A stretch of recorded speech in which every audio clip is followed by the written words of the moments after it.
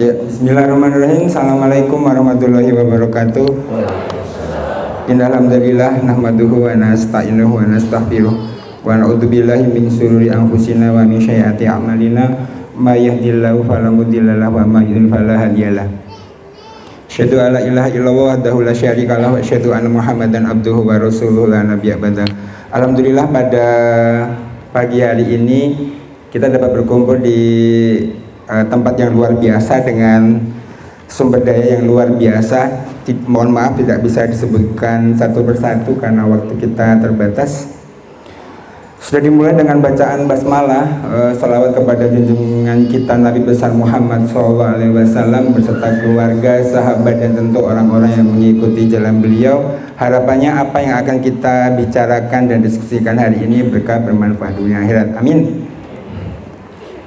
Ya, sebelum kita mulai kita harus paham dulu apa itu definisinya supaya kita nanti sama persepsinya, yaitu apa itu orientasi seks.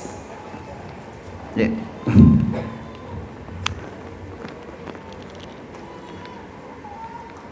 Agak mendekat ya saya. Ya, dan identitas seks.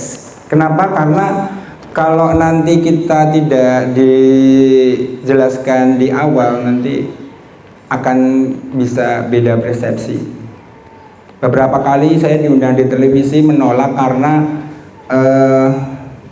bentuknya debat, bukan diskusi. Sehingga mungkin maksudnya psikolog orientasi, maksudnya ustadz tindakan, akhirnya nggak nyambung kan gitu. Paling diwakili Budha Dewi Inong dan sebagainya, Dr. Fidiansah gitu. Kalau pernah membahas dia 1 jam sendiri, saya mau. Tapi kalau bentuknya debat atau diskusi, mestinya definisi harus jelas. Waktu Kepala Panglima TNI ya mengumumkan sesama jenis di TNI dan Polri, waktu itu Bunda Eli Risman telepon saya. Kasihnya apa nih yang harus saya sampaikan? Maka saya cuma minta satu, definisi harus jelas. Karena kalau definisi nggak jelas, maka turunannya nggak jelas gitu. Jadi kita harus paham apa itu orientasi seks, tindakan seks, dan identitas seks. Baik, kita mulai dari orientasi seks. Nah, karena kita putra-putri kita era generasi Z itu mereka sudah sejak kecil mengenal teknologi, maka kita orang tua harus siap dua-duanya. Karena kita hamba Allah, berarti kita harus mengajarkan agama. Yang kedua, khalifah di bumi, berarti kita harus mengetahui fakta dan data. Kalau enggak, nanti kita akan kerepotan ketika menghadapi dunia yang luar biasa. Contohnya, ibu-ibu mengajarkan selama ini supaya anak-anaknya menyembah Allah, menyembah Tuhan. Di internet mereka akan ditanya, siapa yang menciptakan Tuhan? Bapak Ibu mau jawab apa coba? Dan itu harus dijawab dengan akal. Masih nggak percaya? Bapak Ibu mengajarkan nggak boleh onani, coli, atau masturbasi. Di internet tahun 2019, di CDC Internasional, Jurnal Internasional Kesehatan, bahwa penyebab kanker prostat diduga karena kantung spermanya jarang dikeluarkan. Kesimpulannya seminggu harus dikeluarkan 2 kali. Bapak Ibu mau jawab apa? Kalau saya bisa jawab karena ya rajin membaca. Nah, sementara banyak orang tua yang nggak ngeh gitu dengan teknologi, akhirnya gagap. Nah, disitulah banyak anak-anak yang terperangkap dalam berbagai keburukan nafsa, miras, dan seks bebas yang akan kita bahas hari ini. Makanya saya bahas dari 2 sisi, yaitu ilmu pengetahuan dan agama, supaya Bapak Ibu paham nanti ketika menjelaskan ke anak-anak atau mendeteksi di dini. Yang pertama, dari ilmu pengetahuan, apa sih orientasi seks? Awalnya, orientasi seks adalah hasrat seks yang berhubungan dengan reproduksi manusia. Jadi di dalamnya ada cinta dan kasih sayang. Tetapi seiring berjalannya waktu, cinta dan kasih sayang dan orientasi seks berpisah. Zaman now, orientasi seks hanya hasrat seks. Jadi seseorang bisa berhasrat seks tanpa harus menyayangi dan mencintai. Sebaliknya, orang menyayangi dan mencintai bisa tanpa hasrat seks. Nah, awalnya di dunia ini cuma ada satu orientasi seks, yaitu heteroseksual. Lambangnya ya seperti ini, laki-laki dan perempuan, lambangnya tanda plus dan tanda panah. Sejak kapan orientasi seks kemudian berubah menjadi bermacam-macam, tidak ada ilmuwan yang tahu. Susah, kenapa orientasi seks ada di jiwa, di pikiran orang, nggak ada yang tahu. Kalau tindakan seks kita bisa menelusuri di kitab suci Al-Quran, kaum Nabi Lut misalnya, atau di beberapa kisah-kisah dari para filsuf Yunani di kaum Krete dan sebagainya bisa, atau dari gambar-gambar di dinding bisa. Tapi kalau orientasi seks nggak ada yang tahu. Nah, di zaman psikologi yang lama itu orientasi dibagi menjadi 4. Yang kedua homoseksual, lambangnya seperti itu untuk yang laki-laki. Kemudian ada biseksual. Biseksual itu tertarik pada 2 jenis. Jadi paginya Tini, malamnya Tono. ACDC. Tergantung dari permintaan. Biasanya nanti ada prosentasenya, ada 50-50, 70-30 dan sebagainya. Yang terakhir aseksual, hati-hati, kebanyakan perempuan. Apa aseksual? Tidak punya hasrat seks atau sedikit. Jadi misalnya saya laki-laki nih, aseksual, istrinya mau tanpa sehelai benang dan goyang-goyang menggoda, ya saya nggak tertarik. Tapi bisa melakukan tindakan seks, bisa, tapi nggak punya hasrat gitu. Nah itu kebanyakan perempuan, hati-hati yang punya anak perempuan. Tanda-tandanya biasanya ketika kecil kalau dipegang bapaknya atau abangnya cuci tangan gitu, hati-hati. Nah di zaman now, di psikologi yang modern itu orientasi seks bermacam-macam. Ada yang tertarik sama jasad, ada yang tertarik sama binatang, ada yang tertarik sama benda-benda fetish ya. Jadi ibu jangan misalkan yang pakai cadar misalnya. Kasihnya saya kan di Instagram atau di Facebook cuma foto kaos kaki, ada yang tertarik sama kaos kaki. Jadi ibu-ibu kalau jemur baju kemudian ada yang hilang, belum tentu dipakai. Untuk dipakai gitu nggak bisa jadi untuk merangsang dirinya, gitu ya. Nah itu orientasi seks. Nah bagaimana pembentukan orientasi seks ini? Ada 3 teori, monggo mau pakai teori yang mana, kita nggak usah ribut. Yang pertama, tumbuh kembang seseorang termasuk orientasi seks hanya dipengaruhi oleh biologi. Jadi DNA, gen, hormon apa yang kita makan itulah yang mempengaruhi perilaku kita sehari-hari. Termasuk marah, emosi itu hanya dipengaruhi oleh biologi. Yang kedua, hanya dipengaruhi oleh lingkungan pendidikan psikologis emosional. Yang ketiga, dua-duanya berpengaruh. Nah, Peduli Sahabat, yayasan kami mengambil teori yang ketiga, bahwa dua-duanya berpengaruh. Ada memang dua-duanya kami menemukan itu, tapi yang lebih besar kami mengambil mazhab, kami mengambil sub bahwa sebagian besar perilaku manusia atau termasuk orientasi dipengaruhi oleh faktor lingkungan, emosional, pendidikan dan sebagainya. Tapi faktor biologis ada. Contohnya yang ditangani oleh pembina kami namanya Dr. Widiansa. Beliau psikiater senior di Indonesia. Itu ada seorang anak yang dia lahir gangguan jantungnya. Nah, oleh dokter yang menangani itu dia harus diobati dari bayi sampai SMP, disuntik untuk menguatkan jantungnya. Celakanya obat yang disuntikan itu membunuh hormon kelaki-lakian dia. Jadi selama tumbuh kembang nggak punya hormon laki-laki. Nah setelah SMP jantungnya udah sehat, dia tertarik sama jenis, oleh Dr. Widiansa diterapi hormon laki-laki, sembuh. Nah, seperti itu ya. Jadi dua-duanya berpengaruh. Apakah orientasi seks bisa berubah? Kesepakatan para ilmuwan itu sepakat orientasi itu bisa bergeser-geser. Yang masih menjadi misteri bergesernya seperti apa itu yang masih menjadi misteri. Karena misalnya nih ada satu anaknya namanya A gitu ya, dia bergeser dari homoseksual jadi heteroseksual misalnya, atau dibalik, heteroseksual jadi homoseksual. Nah pola di anak A ini ketika diterapkan di anak yang lain itu belum tentu bekerja atau belum tentu sama. Itu akhirnya masih menjadi misteri. Tapi sepakat orientasi bisa berubah-ubah. Jadi ya Itu secara ilmu pengetahuan, supaya nanti ketika menjelaskan ke anak-anak paham. Yang kedua, secara Islam. Secara Islam ada yang namanya hadisun nafs. Ada apa hadisun nafs?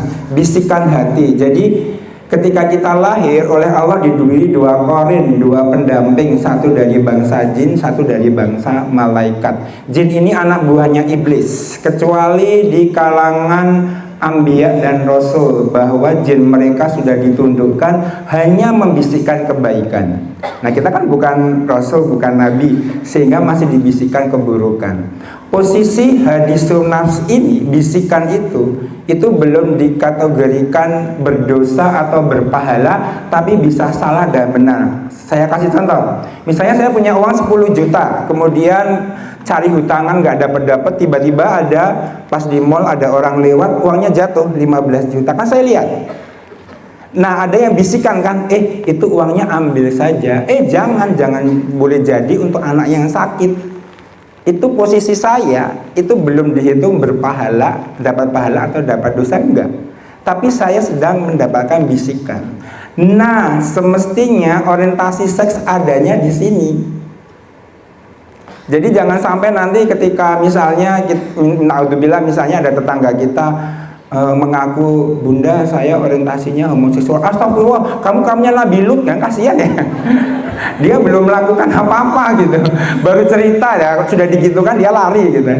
Jadi kita harus paham dulu posisi ini. Jadi mau orientasinya apapun, tertarik sama kucing, tertarik sama benda-benda, selama dia hanya orientasi bisikan, itu belum dihukumi apa.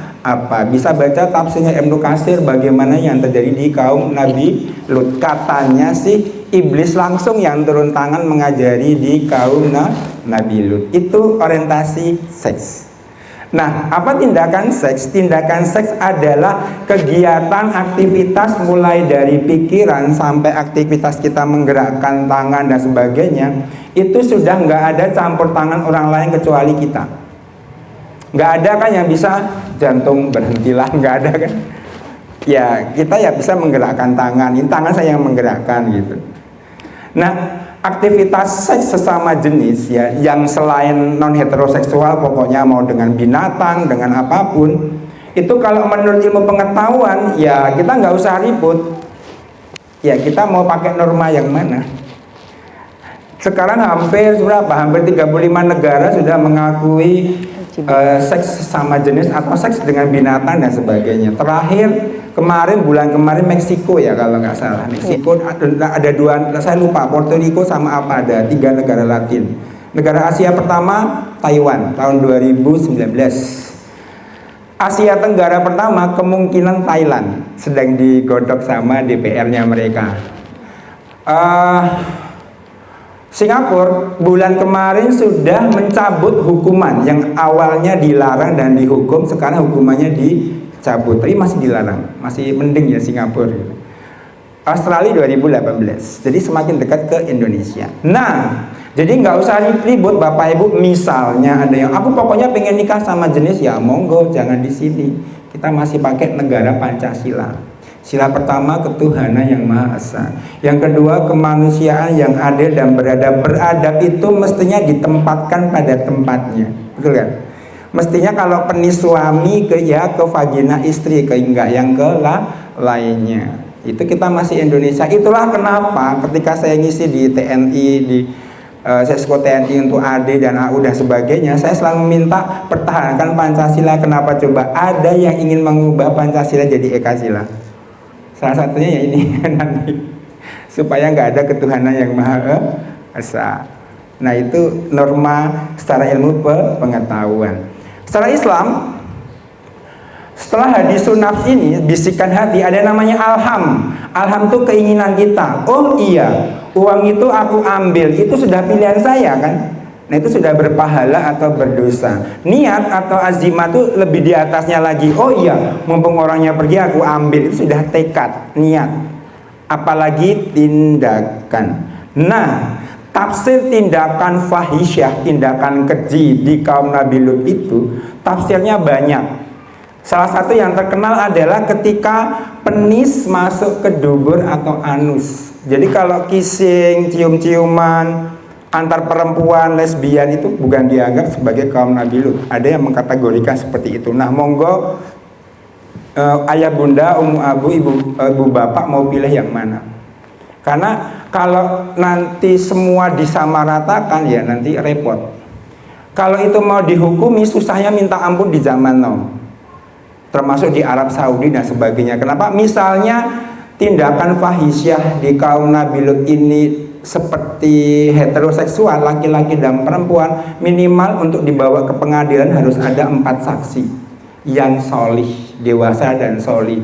Misalnya di Depok 40G pesta seks, ya mereka nggak bisa jadi saksi karena nggak solih kan.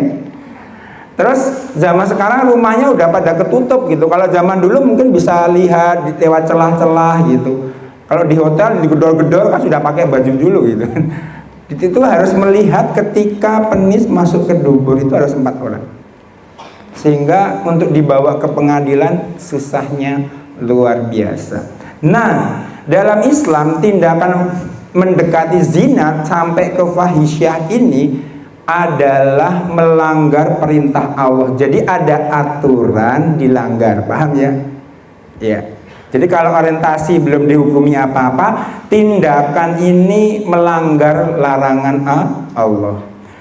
Bagaimana seseorang bisa melakukan seks sesama jenis? Hati-hati, ini termasuk deteksi jini ya. Yang pertama, ada 6 pola yang kami temukan, tapi minta maaf yang ke-6 tidak kita bahas karena itu domainnya Nabi Sulaiman.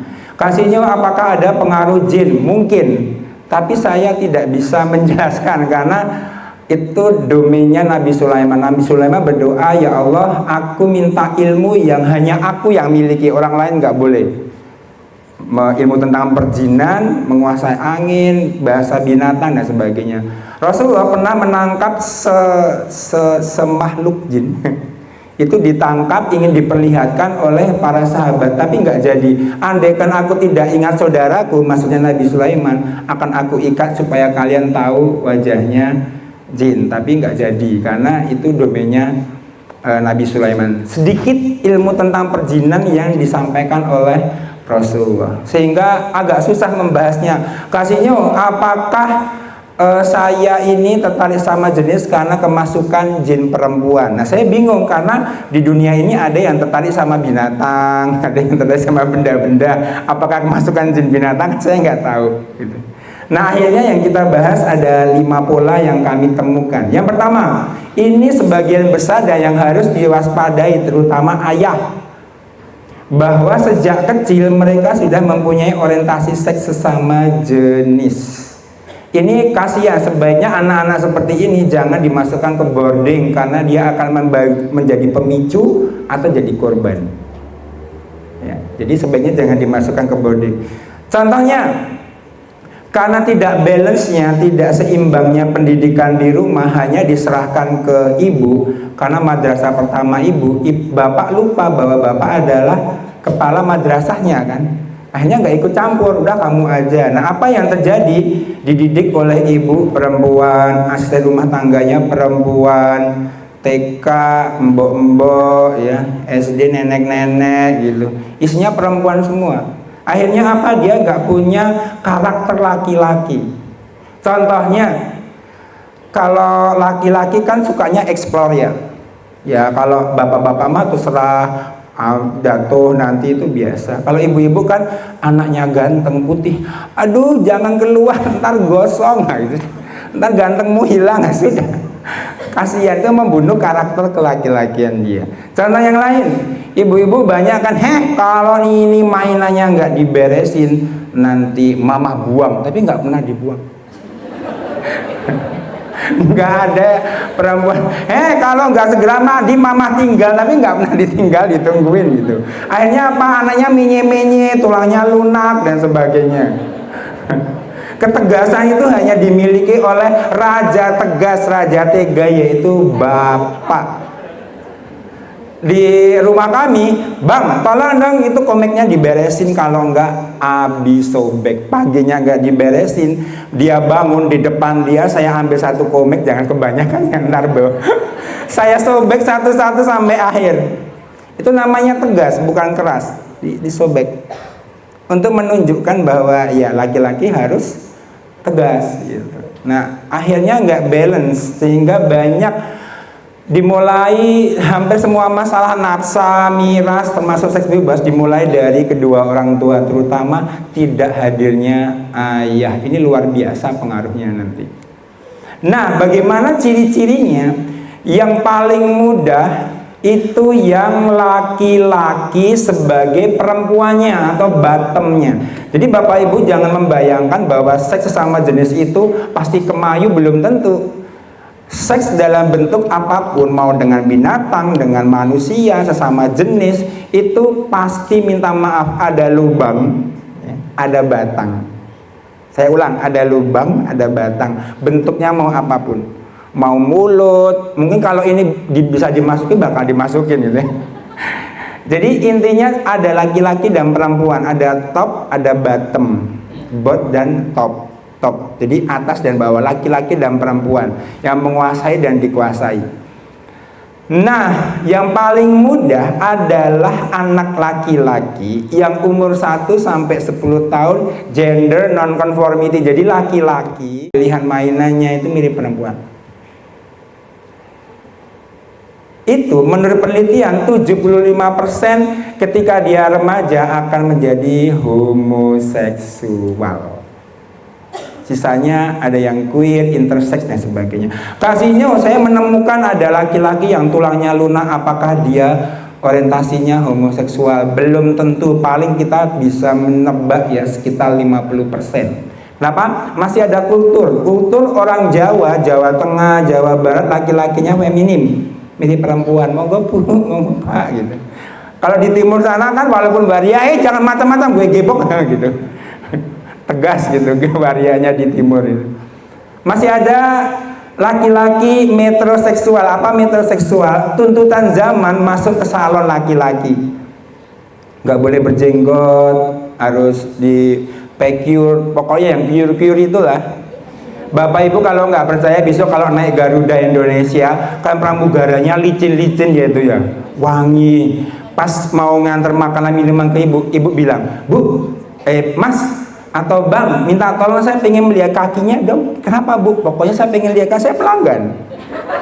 Lihat kakinya mulus, nggak seperti ibu-ibu ini pecah-pecah. Nggak pernah kelihatan muka-muka, nggak pernah ke salon kan.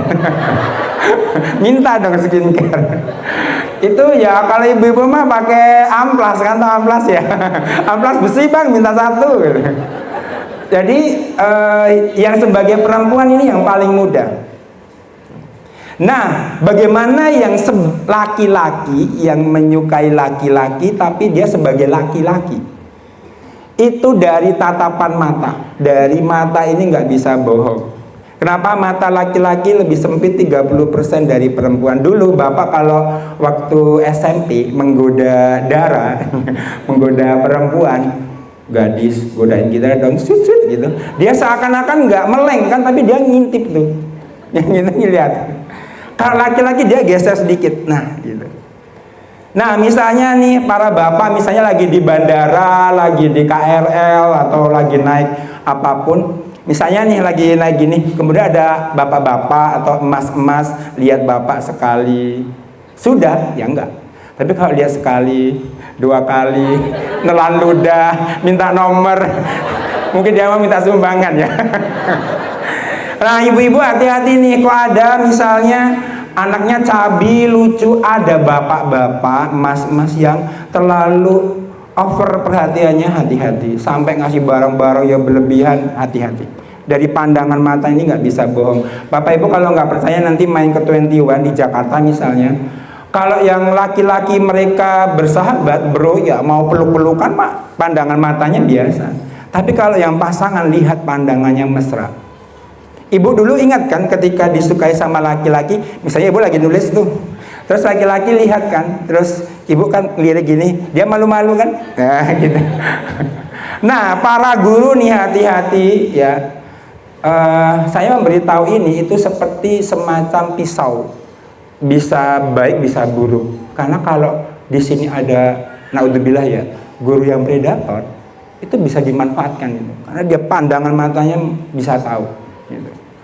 Nah, untuk yang perempuan bagaimana kasihnya nggak bisa, itu terjadi pembiasan karena dorongannya bukan libido. Perempuan adalah perasaannya. Dan zaman sekarang berubah, kecenderungannya orang tua dan masyarakat menerima perempuan yang macho. Diketahui dari mana data yang dikeluarkan oleh Disney tahun 90-an ke bawah, filmnya itu mbak-mbaknya menye-menye, feminim banget. Jasmine di Aladdin, Beauty and the Beast, Sleeping Beauty, kan mbak-mbaknya nggak bisa gitu kan. Sekarang Mulan, The Brave, tagline yang mbaknya maco-maco dan itu diterima gitu. Nah, karena dorongannya bukan seks, maka perempuan yang tomboy belum tentu di usia 1 sampai 10 tahun dia homoseksual, tapi perlu diwaspadai. Paham ya? Ya. Nah, hati-hati biasanya anak-anak yang ketika dia gender nonconforming itu sering dibully, kamu kayak banci, kayak perempuan. Nah, itu dia akan terus membuat dirinya mengkristal nanti. Itu pola yang pertama. Seseorang bisa jatuh ke seks sama jenis karena dalam dirinya sudah mempunyai ketertarikan. Yang kedua, karena biologi. Contohnya kemarin yang di TNI ya, ada mbak-mbak ternyata arahnya ke emas-emas gitu. Atau kunsa itu berkelamin ganda. Kalau sekarang jarang ya, keliru. Kalau zaman dulu, mas saya pengen yang laki aja gitu. Itu biasanya anak kembar, mati satu, nempel dua-duanya alat kelaminnya. Nah, itu akhirnya kalau sekarang diperiksa semua, apa ada kandungannya, hormonnya seperti apa, susah kalau zaman sekarang. Atau misalnya di Jawa ya, ada yang laki-laki penisnya masuk ke dalam. Mestinya kan di luar, itu masuk ke dalam seperti vagina itu ada, sehingga dia dibesarkan sebagai perempuan. Jadi sebab biologi ada. Yang ketiga, hati-hati ini lewat media. Kebanyakan yang masuk ke sini adalah laki-laki. Kejahatan seksual dalam bentuk apapun, mau sesama jenis dengan binatang, minta maaf, kebanyakan laki-laki. Itulah kenapa lesbian yang awalnya menggunakan kata gay, gitu awalnya dipakai semua jenis kelamin, lama-lama yang perempuan jijik. Kenapa? Isinya ngesek semua laki-laki. Akhirnya mereka memisahkan diri menggunakan kata lesbian. Diambil dari salah satu pulau di Sisilia Italia namanya Pulau Lesbos. Dulu sebelum Masehi ada seorang penyair perempuan namanya Sappho menyatakan rasa cintanya lewat syair-syairnya.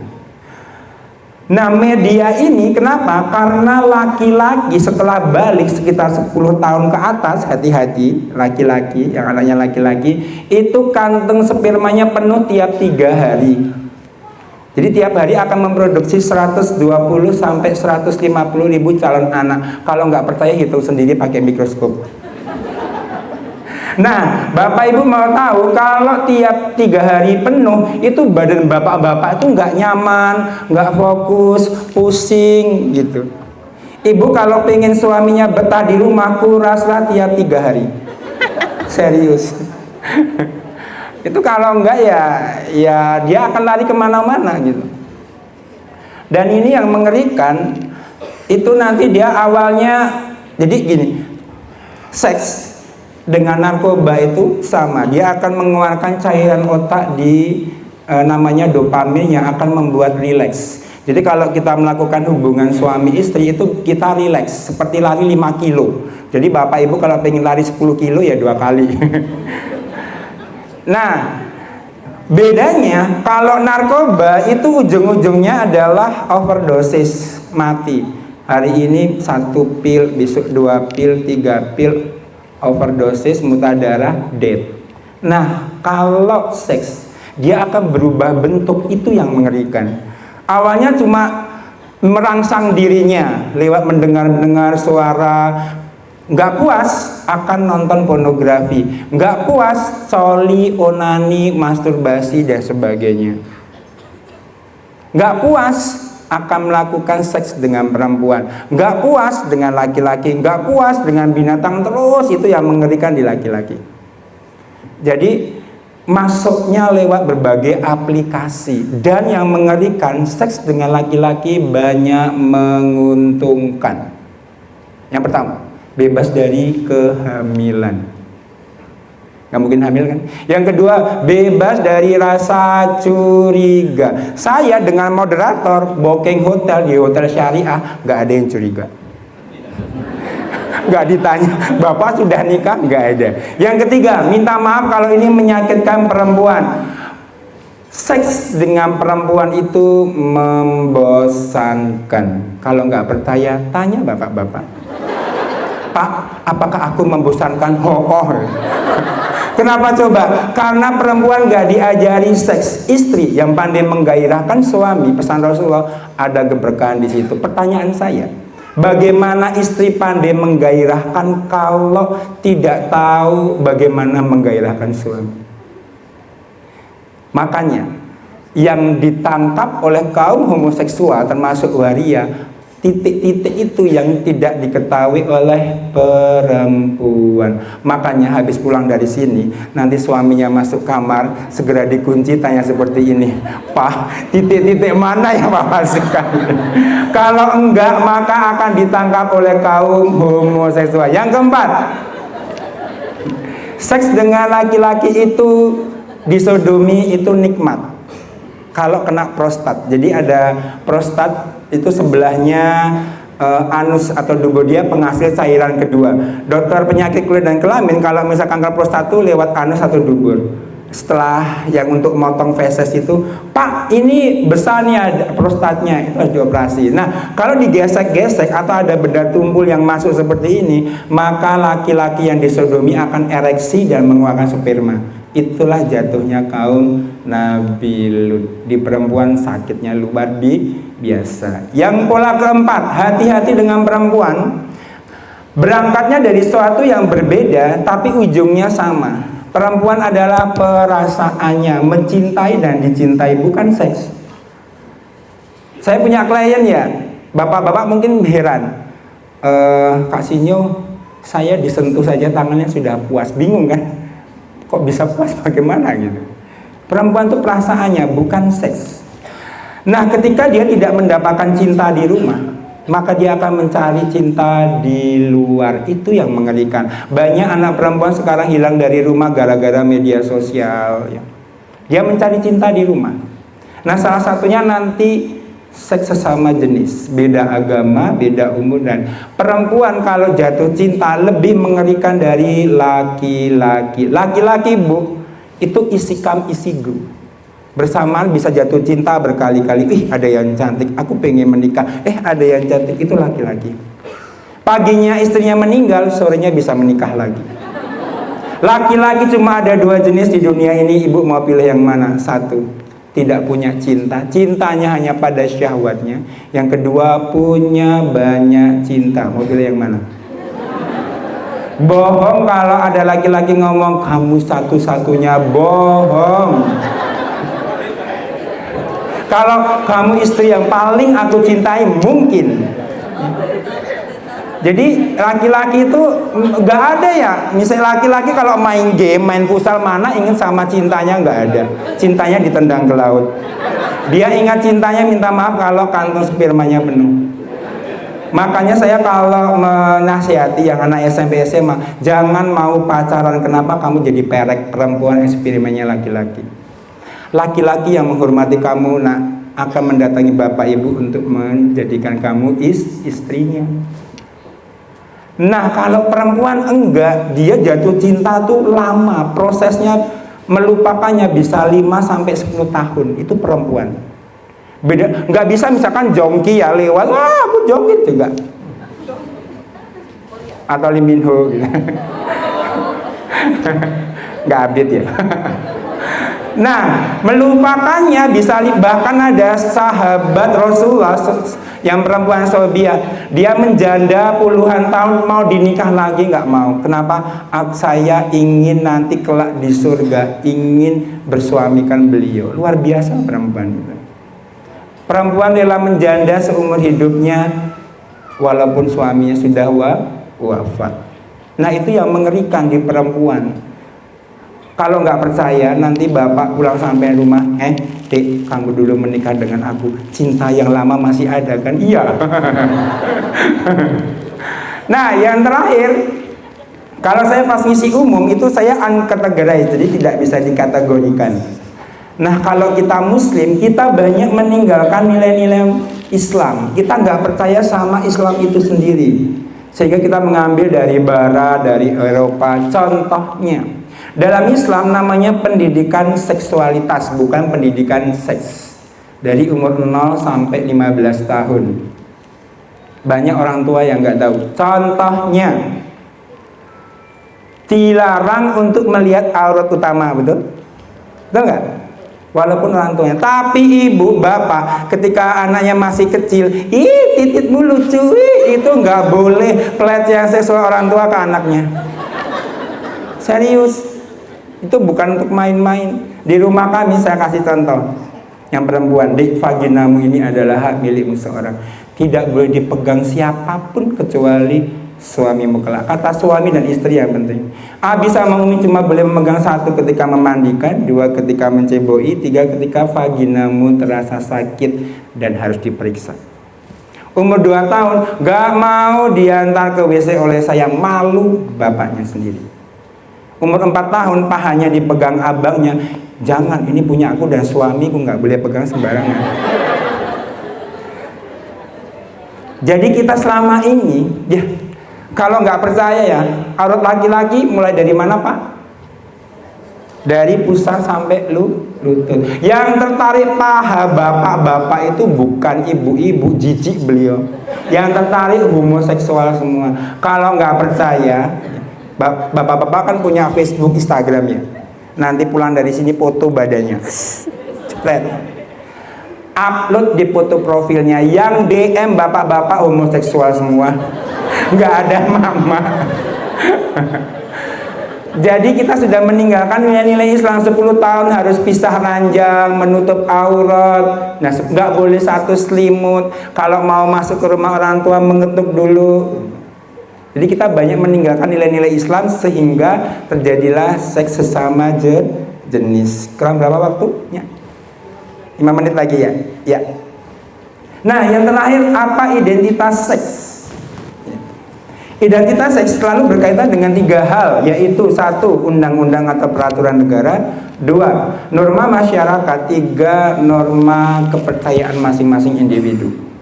Zaman dulu identitas cuma 1, yaitu laki-laki dan perempuan. Misalnya saya sama Mbak Siti mau nikah di Majapahit, datang ke KUA-nya Majapahit, sah Sinyo sama Siti. Pas saya nikah, masyarakat juga taunya laki-laki dan perempuan.